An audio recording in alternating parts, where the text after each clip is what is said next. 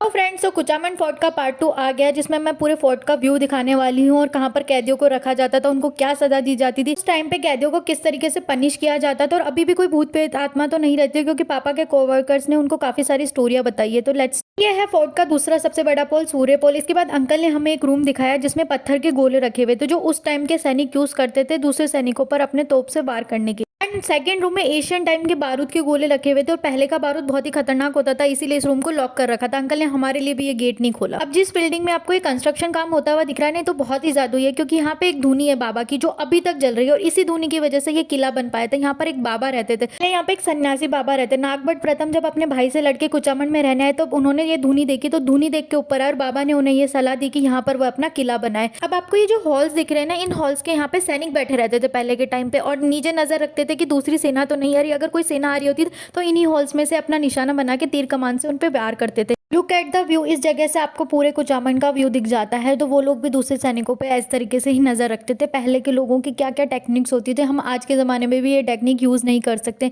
इसके बाद में आप जो आपको देखने को मिलेगा, यहाँ पर सेना रहती थी, ये उनके घर बने हुए थे। सेकंड, बड़े वाले होल से तोप से वार किया जाता था, कि तोपें चलाई जाती थी और पूरा व्यू पे नजर रखा जाता था कि कहाँ से कौन से सैनिक आ रहे हैं। और ये सैनिकों का अगर यहीं बना रहता था कि अचानक से युद्ध की घोषणा हो जाए, तो वो दौड़ के कभी भी युद्ध लड़ने के लिए आ सकते हैं।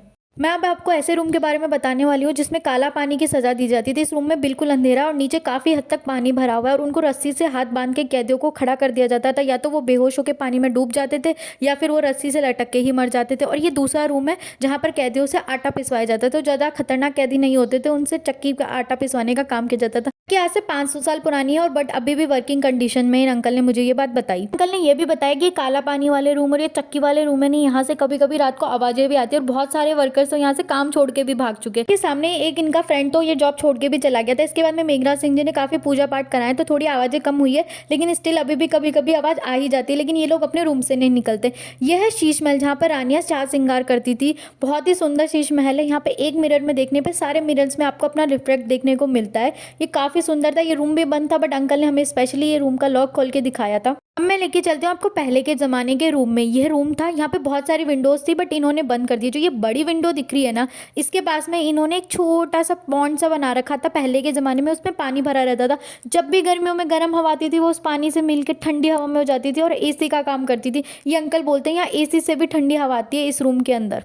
अब मैं दिखाती हूँ आपको 500 साल पुराना वॉशरूम, जो कि राजा रानी यूज़ करते थे। इसके अलावा राजाओं ने तो अपने लिए स्विमिंग पूल भी बना रखा था, जहाँ पर उनकी सेविकाएं स्विमिंग करती रहती थी, और उस चेयर पे बैठे बैठे वो लोग वहाँ पे देखते रहते। राजा एंड रानी उनके साथ ही बैठी रहती थी। इस चीज़ का सबूत है मेरे पास कि स्विमिंग पूल पुराना है, क्योंकि आप जैसा देख सकते हैं ये पीछे पिक्चर्स बनी हुई है, जो कि राजा अपनी रानी के साथ में बैठा है और दासियाँ वहाँ पे स्विमिंग करती हुई दिखाई दे रही हैं। मैं दिखाती हूँ इस फोर्ट का सूर्य महल, जहाँ पर राजा अपने ऑर्डर्स जारी करते थे और रानियां भी उनके साथ बैठी रहती थी। देख सकते हैं इस रूम के विंडो से कितना अच्छा व्यू आता है, पूरा कुचामन फोर्ट दिखता था। और ये रूम भी बहुत ही ज़्यादा सुंदर है। अब मैं आपको एक सोफ़ा दिखाऊंगी, जहाँ पर बैठ के राजा अपने सारे ऑर्डर्स पास करते थे, जहाँ पे इनकी खुफिया मीटिंग्स होती थी। स्पेशल मीटिंग्स यहीं इसी रूम में बुलाई जाती थी। यहाँ पे रानियों के बैठने का स्थान भी था।